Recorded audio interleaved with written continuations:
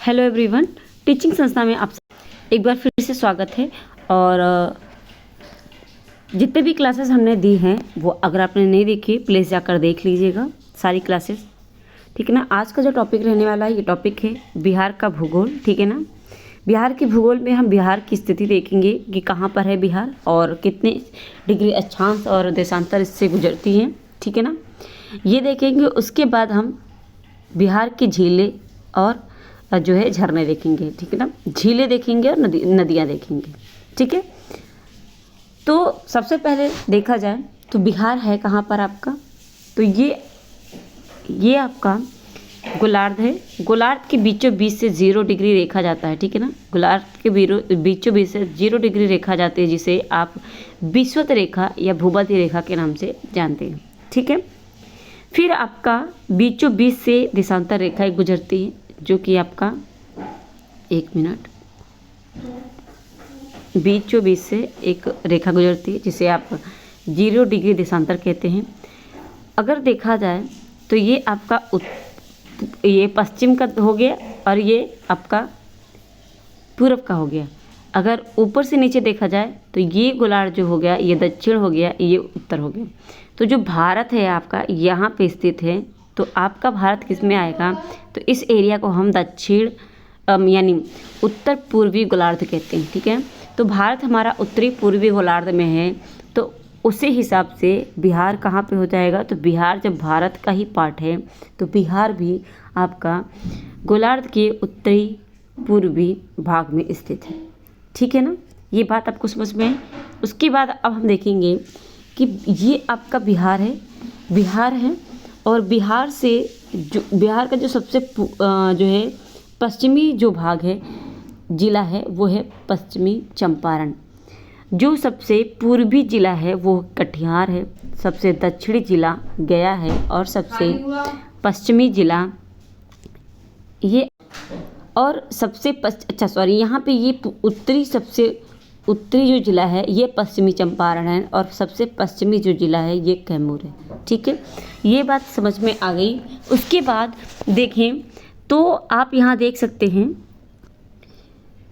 ये क्या है, बिहार की सबसे पश्चिमी जो देशांतर है, पूर्वी देशांतर, वो कितना से शुरू हुआ है, 83 डिग्री 19 मिनट पूर्वी देशांतर से लेके 88 डिग्री 17 मिनट पूर्वी देशांतर तक। ये क्या है आपका बिहार का जो है आप स्थिति है, ठीक है ना। उत्तरी की बात करें, उत्तरी अक्षांश की, तो जो है 24 डिग्री 20 मिनट 10 सेकंड उत्तरी अक्षांश से लेके 27 डिग्री 31 मिनट 15 सेकंड उत्तरी अक्षांश तक आपका बिहार स्थित है। तो ये पूर्वी और देशांतर का स्थिति देख लिया आपने। उसके बाद हम देखेंगे यहाँ पे देखें तो बिहार का जो क्षेत्रफल है, बिहार क्षेत्रफल की दृष्टि से भारत का 12वां जो है राज्य है, ठीक है ना। लेकिन जम्मू और कश्मीर के पुनर्गठन के बाद ये क्या हो गया है, सबसे बड़ा बिहार जो है क्षेत्रफल की दृष्टि से 12वां, कब, जम्मू कश्मीर के पुनर्गठन के बाद सबसे बड़ा 12वां राज्य बन गया है, ठीक है ना। राज्य एवं केंद्र शासित प्रदेशों में अगर बात करें समग्र रूप से, तब ये 13वें नंबर पे आ जाएगा, क्योंकि लद्दाख केंद्र शासित प्रदेश को शामिल करने के बाद, ठीक है ना। तो अगर लद्दाख केंद्र शासित प्रदेश को शामिल करते हैं तो बिहार 13वें नंबर पे है, और अगर लद्दाख को शामिल नहीं करते हैं तो ये 12वें नंबर पे है। इस बात को ध्यान में रखेंगे, ठीक है। अब हम बात करते हैं झील, जलप्रपात और कुंड बिहार के, तो इसे हम मैप के थ्रू देखेंगे ताकि आपके लिए आसान हो पढ़ने में, ठीक है ना। तो ये आपका बिहार है और बिहार में देखें तो सबसे पहले हम इधर से देखेंगे, इधर देखेंगे बेगूसराय। आप देख रहे होंगे बेगूसराय में क्या है, प्रथम रामसर आर्द्रभूमि जो बिहार का है, उस क्या है कांवरताल। तो बिहार का पहला रामसर साइट यानी आर्द्रभूमि ये किस झील को कहते हैं, तो ये कांवरताल को बनाया गया, ठीक है ना। कांवरताल ये है कहाँ पर, बेगूसराय में, ठीक है ना। कहाँ पर है, फिर आपका यहाँ पे देखेंगे तो ये कटिहार है और कटिहार का जो झील है ये है कटिहार में गोगाविल झील, ठीक है ना। कटिहार में गोगल भी झील है। फिर नीचे आकर देखेंगे तो ये मुंगेर है, और मुंगेर में ऋषि कुंड, रामेश्वर कुंड, सीता कुंड और लक्ष्मण कुंड, जितने भी रामायण से संबंधित हैं, ठीक है ना, जितने भी कुंड रामायण से संबंधित हैं वो आपके मुंगेर में आ जाएंगे, ठीक है। इस बात को ध्यान में रखेंगे। यहाँ पे आप देख सकते हैं काकोलत है, और काकोलत जो जलप्रपात है ये आपका कहाँ पर है, नवादा में स्थित है, ठीक है ना, नवादा में स्थित है। काकोलत आपका नवादा में स्थित है। फिर आपका यहाँ पे गया है, और गया में आपका तपोवन झील है, जो कि तपोवन जलकुंड है जो कि गर्म है, ठीक है ना। तपोवन नाम भी है और गर्म, दोनों एक बात ही है, ठीक है ना।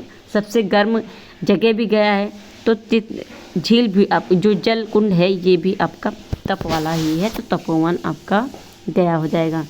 फिर यहाँ पे देखेंगे अगर यहाँ देखिए तो यहाँ पे रोहतास है, और रोहतास में तूतला प्रपात सासाराम में है, मंझर कुंड, धुआं कुंड और कशिश जलप्रपात, ये सभी के सभी आपके कहाँ पर हैं, ये सभी के सभी रोहतास में स्थित हैं, ठीक है ना। तूतला प्रपात सासाराम में है, मंझर कुंड, धुआं कुंड जलप्रपात ये आपका सासाराम में है, और कशिश जलप्रपात ये सभी रोहतास में स्थित हैं। फिर आपका आता है कैमूर। कैमूर में तलहर कुंड, करकटगढ़ जलप्रपात, ये दो कैमूर में स्थित हैं, ठीक है ना, ये दो कैमूर में स्थित हैं। उसके बाद आता है नालंदा, ठीक है ना। नालंदा में जितने भी आपके ब्रह्मा कुंड हो गया, सूर्य कुंड, मखदूम कुंड, घोड़ा कटोरा और पोंडू पोखर, ये सभी के सभी आपके ब्रह्मा में ये सभी आपके राजगीर में स्थित हैं। क्या हो रहा है, एक मिनट, ये सभी आपके कहाँ पे स्थित हैं, तो नालंदा में स्थित हैं। सूर्य कुंड और जो मखदूम कुंड है ये राजगीर में स्थित है, और घोड़ा कटोरा झील और पोंडू पोखर ये नालंदा के राजगीर में ये भी स्थित है, ठीक है ना। तो ये ध्यान में रखेंगे, जो ब्रह्मा कुंड है ये राजगीर का में है, और ये सबसे गर्म कुंड है, ठीक है ना। सबसे गर्म कुंड कौन सा है, ब्रह्मा कुंड, तो ध्यान में रखेंगे। फिर हम आते हैं ऊपर वैशाली में। वैशाली का एक झील है बरैल झील, ये आपसे पूछता है कि बरैल झील कहाँ पे है, तो ये वैशाली में है, ठीक है ना, इसे ध्यान में रखेंगे। ये हो गया आपका सारे कुंड और झील जलप्रपात, ठीक है ना। अब इस तरह मैपिंग से आपको याद रहेगा, ठीक है, कि कैसे करना है, ठीक है ना, याद हो जाएगा आपको। अब हम बात करते हैं यहाँ पे तेलर कुंड। तेलर कुंड आपका कहाँ पे, कैमूर में है। कैमूर में कहाँ, दुर्गावती नदी के समीप 80 मीटर, ठीक है ना। करकटगढ़ ये कैमूर के चैनपुर में उत्तर प्रदेश सीमा के निकट कैमूर पर्वत श्रृंखला पर स्थित है, ठीक है ना। तो ये तेलहर कुंड और करकटगढ़ ये कैमूर में स्थित है। अब देखेंगे बिहार की नदी परियोजना, ठीक है ना। बिहार की नदी परियोजना की बात करूं, नदी घाटी परियोजना, तो कोसी जल विद्युत परियोजना ये आपका बिहार में स्थित है, भारत और नेपाल कोसी नदी पर, ठीक है ना। कोसी नदी पर बना है कोसी जल विद्युत परियोजना, किसके बीच, भारत और नेपाल के बीच, यानी बिहार में ये लगा हुआ है। सोन परियोजना की बात करें तो सोन नदी आपको यहाँ पे जो है मात्राएं देखने को मिल सकती हैं गलत, तो इसको आप नहीं ध्यान देंगे, सिर्फ आप कंटेंट पे ध्यान देंगे।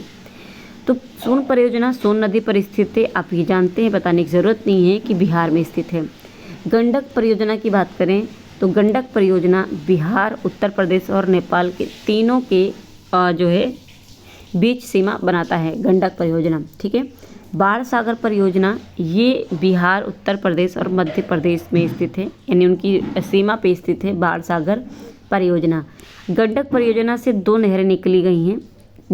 पहला तिरहुत नहर जो पश्चिमी की ओर जाती हैं, और दूसरा सारण नहर जो पूर्वी की ओर जाती है, ठीक है ना। तो ये दो नदियाँ आप ध्यान में रखेंगे, नहरें याद रखेंगे गंडक से। फिर सोन परियोजना, ये सोन परियोजना बिहार का पहला बृहत सिंचाई परियोजना है, ठीक है ना। कहाँ पर स्थित है, सोन परियोजना का निर्माण 1874 ईस्वी में डेहरी के पास बारून नामक स्थान पर बांध बनाकर किया गया था। सोन नदी किससे भी 2 जल विद्युत परियोजना है सोन नदी पर। कौन कौन से? डेहरी जल विद्युत केंद्र जो कि 6.6 मेगावाट का जो है उत्पादन करता है, और बारून जल विद्युत केंद्र ये आपका 3.3 मेगावाट। ठीक है, इतना है, तो ये ध्यान में रखेंगे। अन्य इसकी जो नहरें हैं वो देखेंगे। अन्य नहरें की बात करें, ढाका नहर ये आपका पूर्वी चंपारण में है, तेउर नहर पूर्वी चंपारण में है, कमला नहर दरभंगा और मधुबनी के बीच में कमला नहर आता है। ठीक है ना, और जमुना नहर ये आपका जहानाबाद में है, सकरी नहर ये गया और मुंगेर में स्थित है। ठीक है ना, गया और मुंगेर में। नेपाल के भीमनगर में अगर बात करें तो कोसी जो है ये बैराज का निर्माण किया गया है। तो नेपाल के भीमनगर में कोसी बैराज का निर्माण किया गया है। कब? 1959 से 1963 तक इसमें जो है नेपाल के भीमनगर में कोसी बैराज का निर्माण किया गया। नोट करके देखेंगे तो बिहार में बाढ़ की बात करें तो बाढ़ यहाँ पे काफ़ी है। जो क्षेत्र है बाढ़ से प्रभावित 68,800 वर्ग किलोमीटर, राज्य के कुल भौगोलिक क्षेत्र का 94,163 वर्ग किलोमीटर का लगभग 73.06% बाढ़ से ग्रसित होता है बिहार। ठीक है ना, जिसमें 38 जिलों में से 28 जिले बाढ़ से ग्रसित होते हैं, और इन 28 जिलों में से भी 15 जो जिले होते हैं वो सबसे अधिक प्रभावित होते हैं बाढ़ से। ठीक है ना, तो ये पॉइंट्स आप ध्यान में रखेंगे। तो ये थे हमारे बिहार से जल संबंधित झील, जलप्रपात और नदी परियोजना, और बिहार की नदी घाटी परियोजना, ये सभी देख लिया। कैसे लगी क्लास कमेंट करके ज़रूर बताइएगा। और अभी तक चैनल को सब्सक्राइब नहीं किया, चैनल को सब्सक्राइब कर लीजिए, बेल आइकन प्रेस कर लीजिए, ताकि ऐसे ही क्लास आपको मिलती रहे टाइम से, ताकि आप अपने एग्ज़ाम में बेस्ट कर सकें। इसके अलावा इस वीडियो को, इस क्लास को ज़्यादा से ज़्यादा लोगों तक पहुँचाइए, सभी लोगों तक पहुँचनी चाहिए। ठीक है ना, मिलते हैं अपने नेक्स्ट क्लास में। आज के लिए इतना ही, धन्यवाद।